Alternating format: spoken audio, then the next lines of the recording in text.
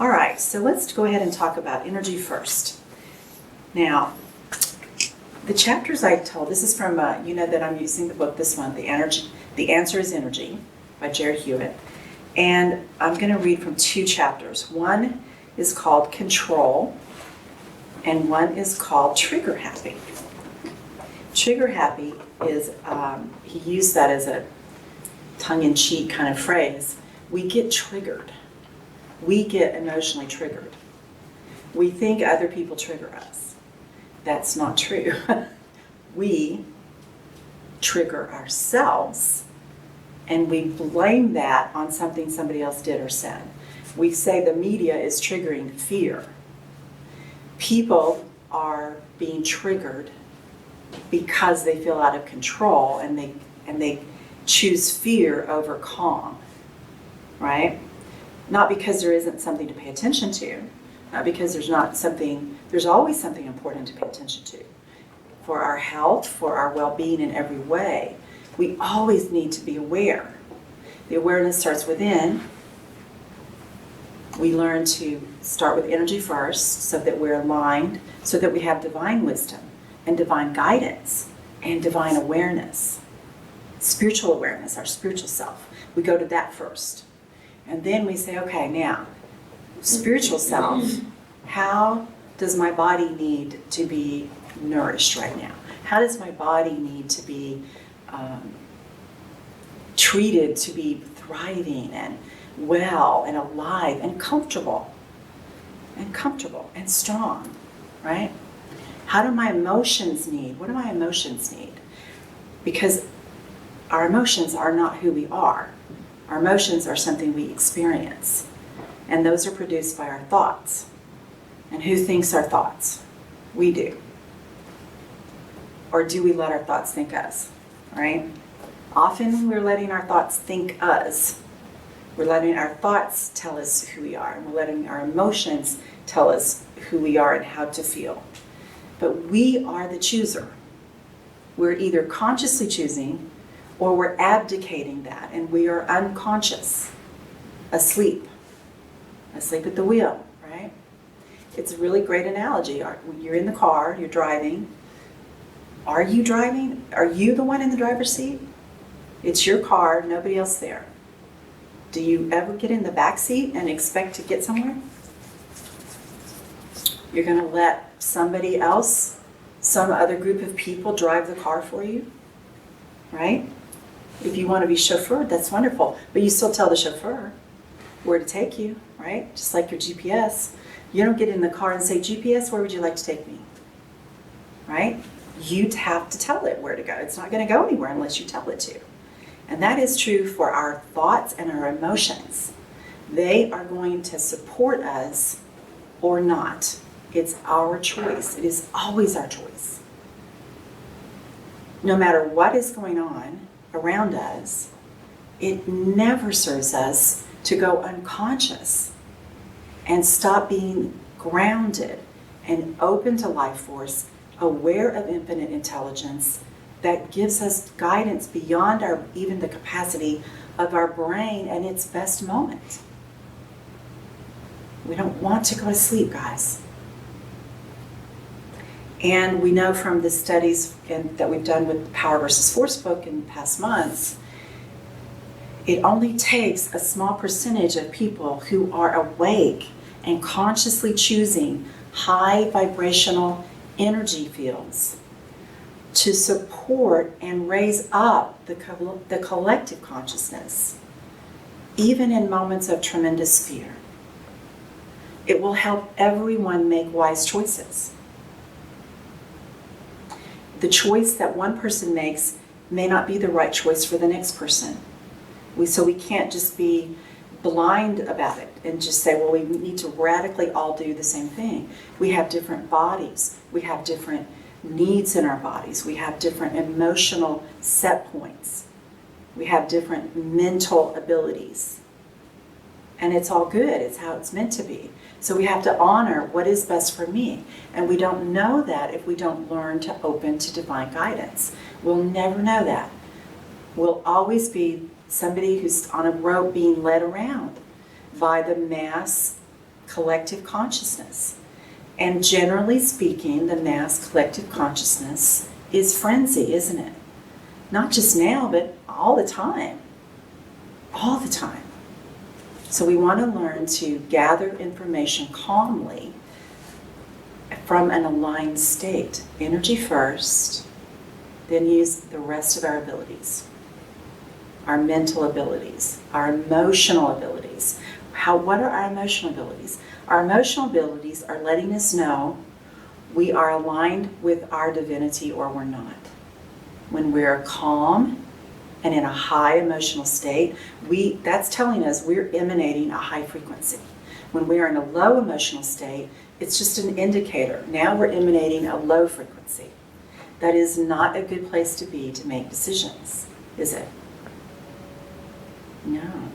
So take time, align your energy, open to divine wisdom, infinite intelligence, then feel into your emotions. Okay, now you're calm. Feel into your mental state. Now you're clear. Now you can make a wise decision for yourself. That's right for you. That's exactly right for you. And you'll know more than anyone else will know. You can take in a lot of good information, but go within. Go directly to source to decide for you what's right for you in everything. Not just in what's going on in the world right now, in everything. And when you practice that on a regular basis, then something that's got a lot of energy coming at it that could cause you to feel a little bit unstable, then you can go, okay, I know how to do this. Just calm down, get centered, listen to divine wisdom, make a choice. If it turns out that the next day you need to make a different choice, make a different choice. You didn't do anything wrong. Take a step, and then take a step, and then take a step, and then take a step. Right? If you don't get in your car and say, well, I want to go all the way to the West Coast from the East Coast.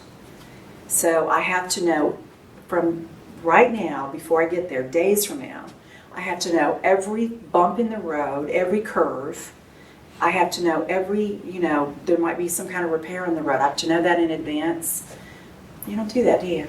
You deal with it as it comes up. And you might get a little advance notice, and that's fine. But you don't wait to take the trip until you know all of that, do you? And we can't do that in life, because then we get really stuck. We get stuck because what we're doing is we're resisting what we can't control. Resisting what we can't control. Well, there's a lot of things we can't control, right? We can control what comes into our personal energy field. We have absolute sovereignty over that when we learn how to do it. When we learn how and practice and get good at it. When we don't learn how to do it and we don't take the time to practice it, then we're not very good at it, and so it's kind of hit and miss. Then it might seem it's not trustworthy. But it's not that it's not trustworthy, it's that we haven't learned how to do it well. Like anything else you learn to do, you have to do it a few times usually to get it good at it. You might knock it out of the ballpark the first try occasionally, but generally speaking, we do things more than once to get better at them, don't we? And we pay attention to what worked and what didn't, and we hone that skill. We hone that ability. It's the same thing with spiritual practice. Energy work is another word for spiritual practice. So I'm going to read a little something about control. And I invite us to have a little fun with it, okay? It can seem kind of scary and tense. Let's have a little fun with it, all right? Let's have some fun with it. Okay, so he talks about the difference between sovereignty and watching turmoil in the world and feeling out of control, all right? So he talks about how when people are trying to expand and they feel stuck.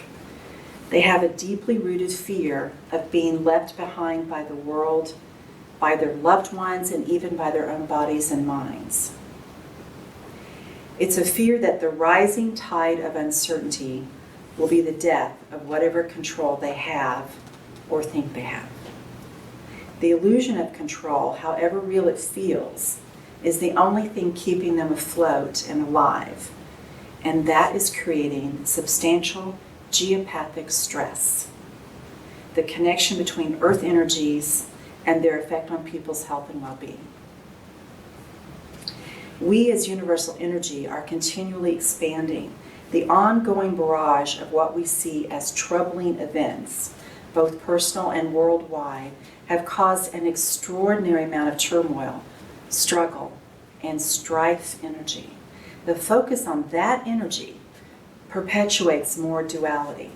Duality meaning you feel separate from your source, from God, which then creates a larger manifestation of the very thing we don't want but can't seem to turn away from. Thus, at both a collective consciousness and individual level, many people in the world today are experiencing a deep anxiety and a fear of losing control. If we look back through the last several thousand years of history, we see control, patriarchy, suppression, oppression, and violence, all associated with the term power. Judging by what we're witnessing at present, those vibrations of aggression and fear have never truly been addressed or gone away. It's still predominant in the world, isn't it? This is why at a genetic core level, it is imperative we direct our body to hold a new energetic charge of knowing that the universe is a safe place and of knowing that we are infinitely loved. This shift in perspective for both self and other is the change which can create a new world. What if feeling powerful, personally empowered, not power over, which would be forcefulness, feeling personally empowered really just comes down to trusting you are infinitely loved by Divine Creator, by the source of all that is. How does that feel? If we are infinitely loved by Source, are we going to be recklessly harmed by Source? Is there this thing that's going to come sweeping through and take us out? Torment us like little ants, with the glass and the sunlight, and burn us, and we worry about all those horrible, tormentous things we've heard, have been told for years. I'm grateful I didn't grow up in those teachings, but I know people did. Yeah. Does that make sense even? Is it even logical or sensible? Yeah. Mentally, it's not logical. Emotionally, it's not sensible, is it? This powerful source that created each one of us, that is flowing through us, would do something to this part of itself that is us, which is arbitrarily have a bad moment, have a temper tantrum, and spite, off we go. We're done. That's not sensible, is it? So let's not give in to those fears. We don't want to be unkind when people have those fears, unkind to them. But don't buy into it. Please don't buy into it. If you know you're infinitely loved, to the degree you know you're infinitely loved, you won't buy into those things. So that's why, for conscious living, we teach a lot about knowing who you are and a relationship with yourself, your higher self. That's your spiritual self. And I know I've had people that are kind of new to it say to me over the years, well, you guys kind of talk a lot about yourself, you know. And they don't understand the self is like capital S. And it's also our personal self. We are a beautiful, unique expression of God. And some people are uncomfortable celebrating that, right? But if we don't celebrate that, we don't have anything to give to the world. You know, this idea of you have to diminish yourself, little s, right? And practice the duality of disconnection from the higher self, the divine self, the capital S, in order to be this humble, you know, good person, that's also not logical, is it? Because then you have nothing to contribute beyond what the mass consciousness is believing. And that doesn't move us forward as in the humanness of us. That does not move humanity forward. It takes thinking beyond the status quo to move us forward. And that takes courage. And that takes alignment with a power greater than the humanness of us. So he goes on to say, want as we might, sometimes control is a limitation. We think if we control something, now we're free, right? We're free to express. But maybe not. Sometimes control is a limitation. It comes from aspects of the ego which needs things to be in a certain order, go a certain way, or be just so. We keep defaulting to it because there's a deeper place in our energy field which says, I'm not sure I have enough energy to do this. By doing this, you mean give up the need to control or trusting that you actually create your own life. So the fear is, if you relinquish control, it'll be like managing the most beautiful crystal glass shop with everything in precise order and nothing out of place, than unleashing a bucking bronco loose inside. That's the fear. We have to control everything that's so fragile because we don't trust that there is a power that is overseeing it. And we can align with that, and we can connect with that, and it is available in every moment. In every moment. We can be afraid and then change in a moment. We can override the fear we thought 10 seconds ago. Whatever emotion you walked into the door with was measuring your energy state, your vibrational frequency. You don't have to have that same emotion right now in this moment. You can choose a different emotional state, and you can choose a different vibrational frequency, and you can choose a different thought, and you can choose that thought long enough that it becomes a new belief. And you can hold it long enough with a high vibrational frequency that you begin to reprogram your neural pathways. And it becomes your new normal. And the fear and anxiety is no longer your normal. Because we are in charge of these magnificent bodies. And we are in charge of these magnificent minds. And we are in charge of the glorious emotions.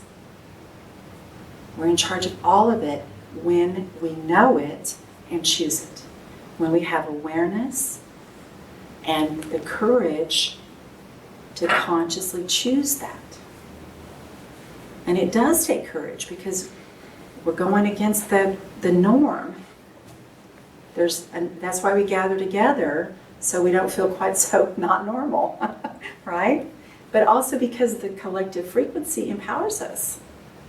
We go out into other groups where that frequency might be a little bit lower, and we do that a lot.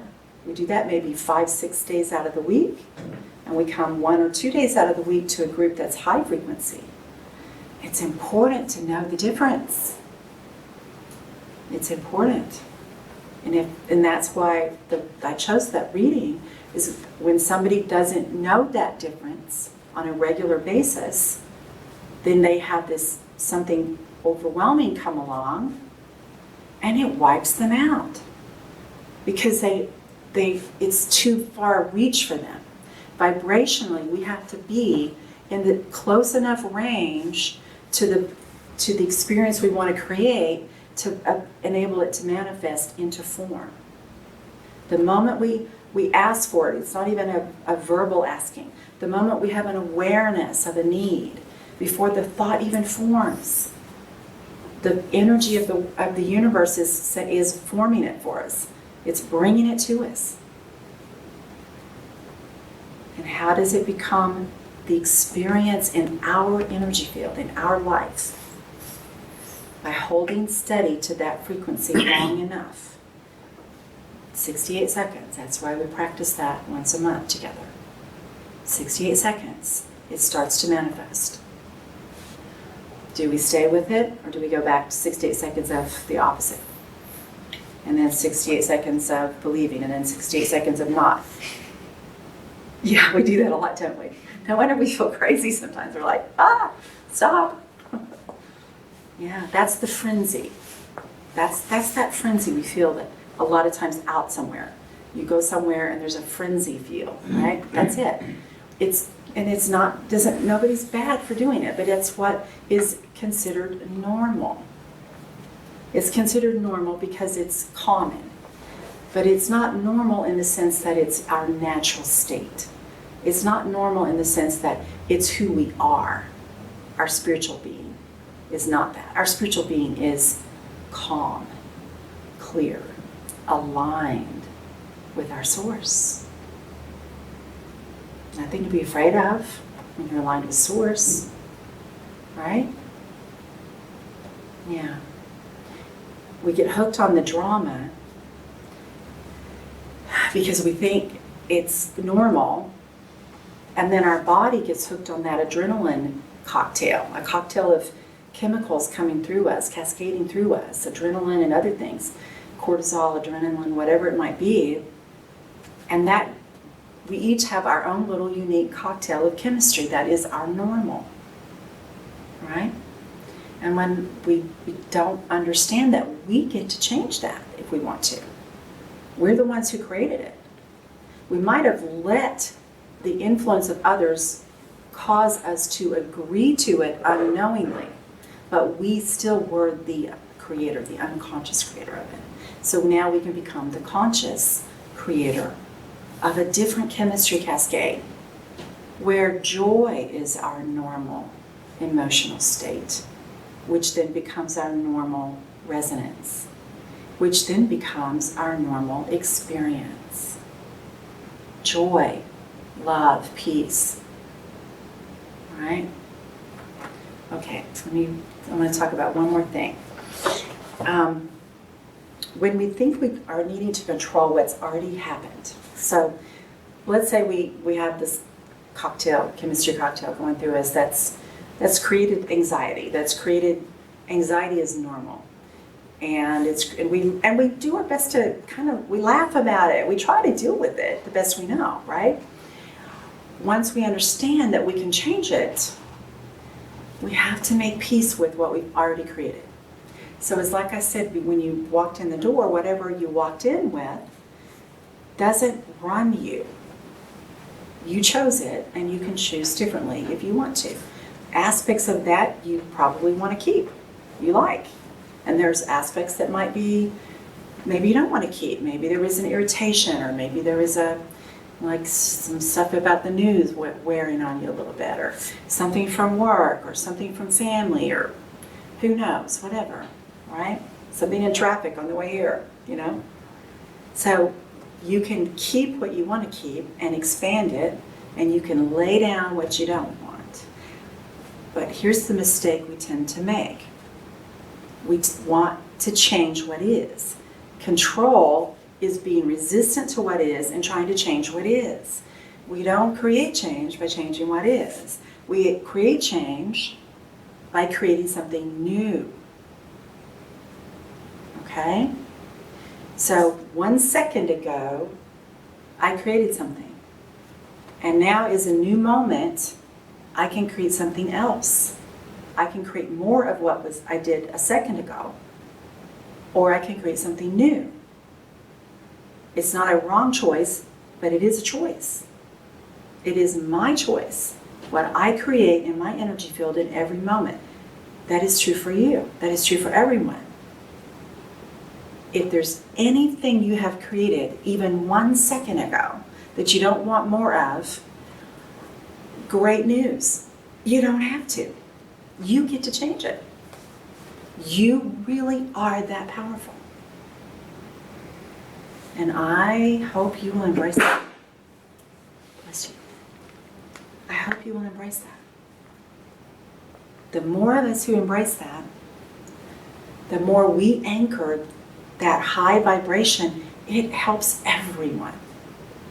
It helps everyone. You want to help people that are going through trauma right now, people who are struggling with whatever is happening because of what's going on right now in the world that's so stressful and scary. How do we help them? We hold a high vibration. We do not help them by joining them in their fear.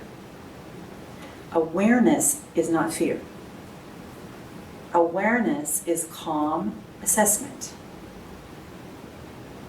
Energy first, open to divine wisdom, infinite intelligence, receive guidance, create something new from a higher frequency, from a higher awareness, from a deeper understanding. Energy first, open to infinite intelligence, receive your specific guidance for you, your guidance, and then create something new with that. That's how we help people. That's how we help ourselves. We can't help others if we don't know how to do that for ourselves. Right? You can't go out and rescue somebody drowning if you don't know how to swim. Right? Not well, anyway. It will be a struggle. Okay, one more piece I want to read here. This is about the trigger happy piece. Trigger happy meaning we let things trigger us way too easily. And then we get off. Oh my goodness. It's like we're here. Our spiritual self is here. Our body's right here. And our mind and our emotions have just taken off and run down the street. Got triggered. Off they went. We can learn to laugh about it, but we also need to be honest. It creates havoc. It creates emotional turmoil for us. It creates mental overwhelm for us. And then if we act that out, project it, it creates chaos and hurt and sometimes harm for others. So we don't want to be mean with ourselves about it, but we want to be honest and just realize when we do it, get better and better at stopping before we project it outward, and then get better at stopping it early before we have the chemistry result of it, because it's really hard on our bodies. It's hard to have a high immune system when you're inflicting yourself with constant stress. That's self-inflicted because nobody else is doing it to you. If there's something somebody's saying that doesn't feel good, you have the right to turn off the TV, turn off the radio, walk away from the conversation. You don't have to stay and endure it, right? Even if it's a situation, let's say at work, you can't walk out the door maybe, but you can choose to focus on something else while that person talks, right? You can choose to observe them talking and not believe it and agree with it within yourself. That is what starts the chemistry cascade that's toxic to your body. Okay, so he talks about, the easy button that we've all heard about. I think it was Staples, right, that created that. The easy button. So he says, the great irony of life, energy, and creation is that we are the easy button. We are the easy button. We make life easy, or we make life hard. in every moment.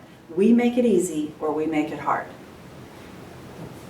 I forget who said this. It might have been Henry Ford. It might have been a football coach. You guys tell me if I got it wrong. If you believe it, if you believe you can, you can. And if you believe you can't, you're right. Either way, you're right. If you believe you can, you can. And if you believe you can't, you can't. Either way, you're right. Because your belief limits what you will create. You will create according to your beliefs. And who's in charge of your beliefs? We're all in charge of our beliefs. Beliefs are thoughts that we keep thinking. If we don't want that to become a belief, pull it up, pull up. If you catch yourself with a thought that you don't want to be a belief, don't be mean to yourself. Just go, whoops, that's not what I want. Pull up. Rise above it. Higher frequency. Choose a higher frequency. Okay, so he goes into the story about the easy button. He says, at a larger level, this is the space of knowing yourself and loving yourself and merging the two together. Knowing yourself, accepting what is, loving yourself, your true self, your bigger self, and merging the two together. Accepting the small s self, loving the big S self, and merging the two together. As we move through this gateway of powerful energy of support, we meet the unmet self. We begin to not only meet these spaces within, we begin to integrate these spaces. We begin to become one with these places and open to our wider self. We begin to see why we've created these places and how to love ourselves through that process. Through this powerful integration, a lot of our trigger energy is processed out and released, along with much of our genetic energy that's been holding on through our family. So genetic energy would be beliefs passed down through generations. I was just talking to Spencer and Casey the other day about a study where some of you may have heard of it, where mice were taught to be afraid of a scent. I think it was jasmine, but it was a specific flower with a specific scent. And they were zapped with something, to hurt them or a little bit, which I think is sad that we do that, but we do. And they were taught to be afraid of this scent. And then they were allowed to have a generation of babies. And they watched to put the scent out to see how the babies would respond. First generation, afraid of that scent. They were never taught to be afraid of that scent. They were never harmed. There was nothing negative done to them. Second generation, also afraid of that scent. 3 generations from one generation's fear. It gets passed down genetically. It gets passed down environmentally, doesn't it? Okay, so he goes on to say, at a greater level, we're also talking about spending time with all of our own energy. Think about that. Do you spend time with only little pieces of yourself? The piece of yourself that needs attention because it's scared? Maybe you repress that. Maybe you spend a lot of time with it, soothing it. The piece of yourself that's like really loving and open to life. Do you spend a lot of time with that part of yourself? Do you cultivate more of that? The part of yourself that is afraid to try new things. Do you spend time with that part of yourself? Do you cultivate and support that part of yourself, love that part of yourself, so that you can rise above it? Not criticize and condemn that part of yourself? The part of yourself that's very aware of energy in your own field and others, do you spend time with that part of yourself? Do you cultivate more of that? Do you learn how to use it in really powerful, loving ways for good? Or do you say, well, that was cool, but it's different, so you just sort of push it away and let it become this little freaky thing that happens every once in a while, instead of something you consciously cultivate to experience more of and use in your own life as a spiritual practice. All right, he goes on to say, we often have hidden triggers within ourselves that within our daily lives we run into and we get triggered and we don't even realize we're triggering ourselves. You may feel you've made so much progress with your family dynamic in your past. You may think you've made great strides in reconciling your past. You think, I got this. I'm not the least bit worried. It's all cool. And then, bam, there I am with my family. Bam, there I am in my hometown. Bam, there I am driving by the house of my girlfriend who dumped me at the homecoming dance. These energies come up no matter how present you are or how much work you've done on yourself. No matter what, the energies will emerge. You may think you were long over something, but the memory and the energy bring you right back to your sophomore year in your older brother's hand-me-down suit with the carnation in the lapel and a broken heart under your freshly ironed shirt. When you feel blindsided by the past or triggered by old patterns, just breathe. Take a conscious breath and ask yourself, who am I? Who am I? Am I this thing that happened to me all those years ago? Or was that an experience? Who am I now? And whoever you are now is who you choose to be, unless you abdicate that choice. And he goes on to say, ultimately in that moment and every moment is a new moment. So in that moment, you are asking yourself to come forward as the creation that you are. To remember that I am that I am. To remember I am the direction of my energy. We are the energy we are focusing and flowing. That's what we're emanating in the world. Our focus and our energy flow. That's what we're resonating. That's what we're contributing to the world. And this is a time for us to contribute powerfully. It's an important time for us to do that. Not out of fear. I don't want there to be any misunderstanding. I'm not saying be afraid. I'm saying be powerful. I'm saying choose a high vibration. Choose to be a person in the world that helps raise the vibration. And I'm not saying that you do anything or say anything. I'm suggesting you do it by your focus and your flow, by managing your energy, by aligning, opening to divine intelligence, receiving divine wisdom, and then moving forward. Focus and flow the energy, whether you say or do anything. That's how we help in these times in the world that are momentous opportunities for improvement. Momentous opportunities for improvement.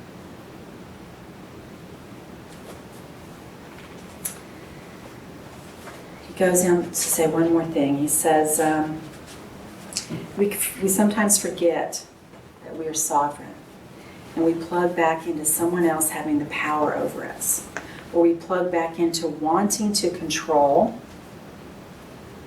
or be controlled by someone else. Sometimes we want to abdicate because we don't think we're capable. We want someone else to take charge, right? The new thing to do is understand that, yes, this person or group of persons, they are sovereign. Yes, they are. Everybody is. But they are not sovereign over your creation. Each person is sovereign over their creation. A collective group is sovereign over that group. Each of us is sovereign over our creation, and as a group, that energy will expand and be sovereign over a collective of positive energy, positive consciousness. You are the one who gets to put out that you are resonating like radio frequency, broadcasting from your energy field. You may have sent out a signal 20 years ago, and it may have taken them 20 years to signal it back to you. But know, in that moment, it's not about you, it's about them. You are not defined by someone else's song. It's like listening to the collective consciousness. It's like listening to a radio. That's a song they're choosing. If you don't want to listen to that song, change your frequency. You don't get to change the frequency for the entire world, right? But you get to change your frequency, and then, it's just like a radio tower, you will only receive what's on that frequency, right? If you don't want to listen to country and Western music, change your frequency to classical. You don't just sit there and look at the radio and it's wrong and bad and awful, and why won't it change, right? But we do that with our energy, don't we? Yeah. Okay, one last thing. The brighter you shine your light, the less you feel forced to shine your light. If you naturally shine your light brightly, if you naturally stay open to life force, then you don't ever feel forced to do it, because it's who you are. It's who you have become by your choice. And you can allow yourself to be the light. You're free to emanate the peace and love that allows people around you to shift as well. You are not who others say you are. You are not who your family says you must be. You are not who you were a minute ago, an hour ago, a day ago, a week ago, a month ago, a year ago. You are pure golden light, always new, brilliant, and uniquely you. There do not have to be fingers on the triggers ready to pop off at any time. When we wave the white flag and make peace within ourselves, ultimately everyone is happy. Okay, let's have a meditation on that, shall we?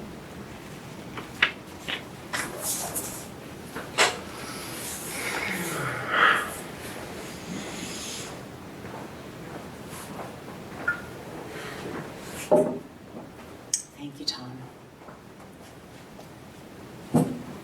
So let's take a deep breath, please.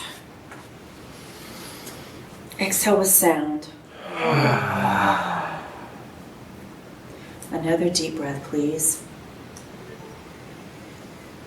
Exhale with sound. And a long, slow breath. And a gentle, calm exhale.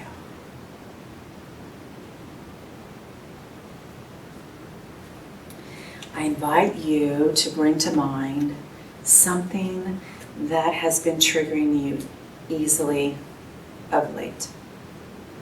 Anything at all.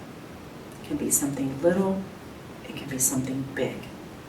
Anything that you are ready to stop being triggered by, to stop agreeing and allowing yourself to be triggered by.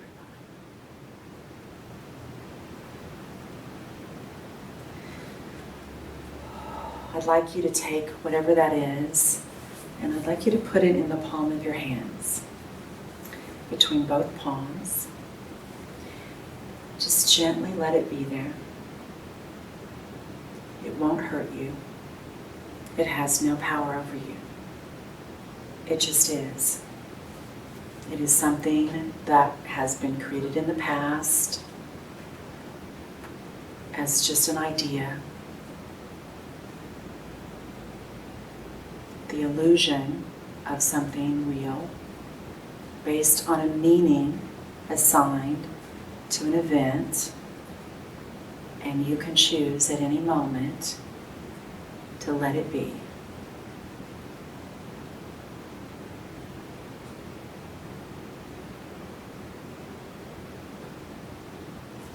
Take a deep breath, please.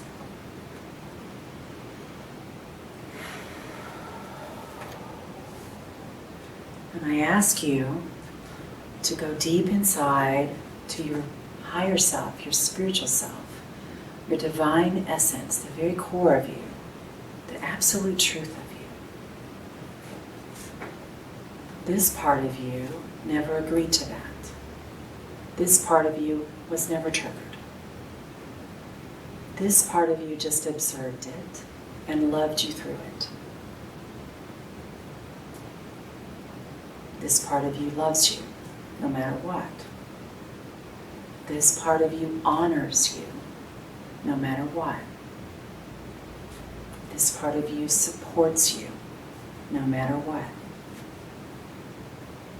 This part of you never, ever leaves you, abandons you, criticizes you. This part of you only sees the truth of you. A beautiful being who is spiritual at your core, also experiencing humanity and third dimensional reality and learning how to navigate that. This part of you remembers you came here exactly for this experience. And this part of you knows you have all the power you need for this experience to be uplifting and joyful and empowering for you and everyone around you. And beautiful and bountiful and easeful and joyful and marvelous in so many ways. Many, many ways. This part of you trusts that all is well because in every moment you can choose a new creation. You can choose to create something new in every moment. Something with a higher frequency. Something that feels better. Something that brings you more joy. Something that is more peaceful. Something that is truly aligned with the love that you came here to be and experience and co-create with the rest of us. All of us. We all came for this.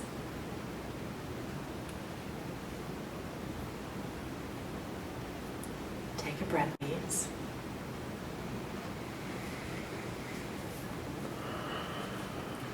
And now I'm going to read a meditation in the back of the chapter that was written by Jarrad Hewett.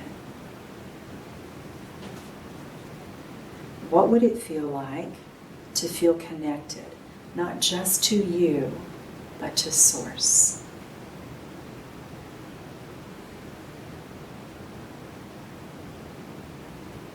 Take a breath, please.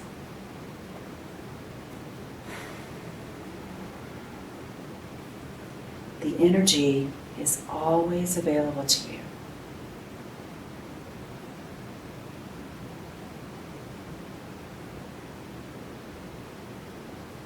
Take a breath, please. It mirrors back to you the truth of who you are.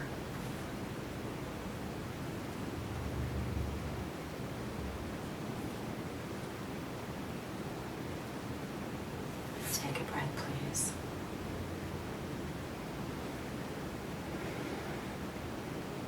Not the old stories, not the limitations, but actually awakening inside you the vision of who you are.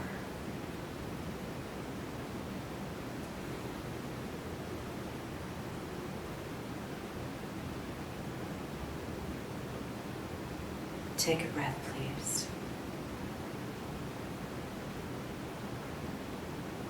The you that is divine love.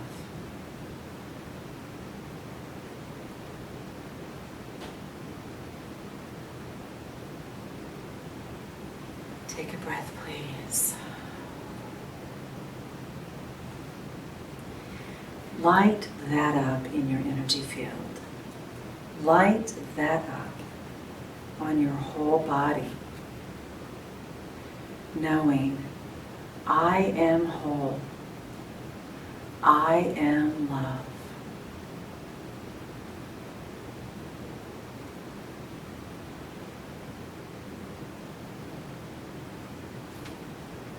Take a breath, please.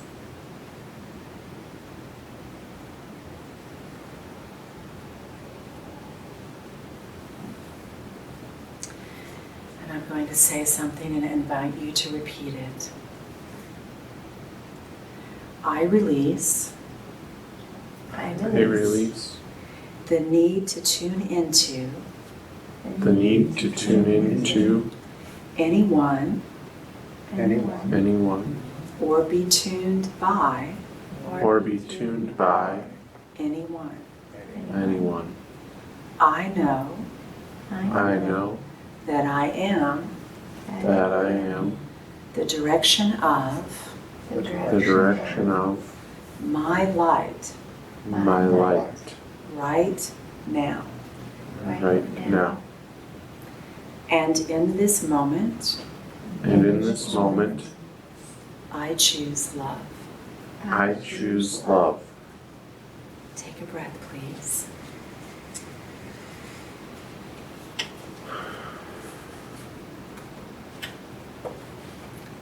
And every moment you get to choose the energy that you will create with and through and from. The energy that will be your focus. The energy that you will flow into the world that will create your experience. In this moment, I invite you to choose a high frequency. You might choose love, you might choose joy, you might choose peace, you might choose enlightenment. Choose that frequency now.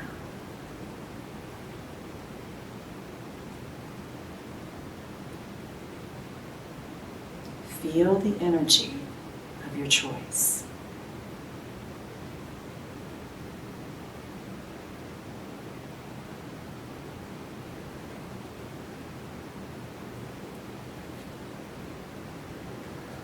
That's the energy of who you are creating yourself to be in this moment.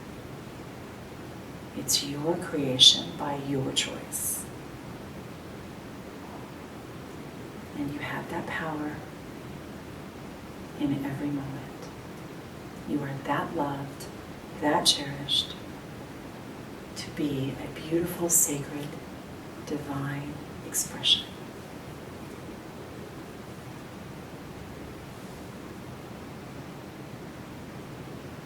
One more breath, please.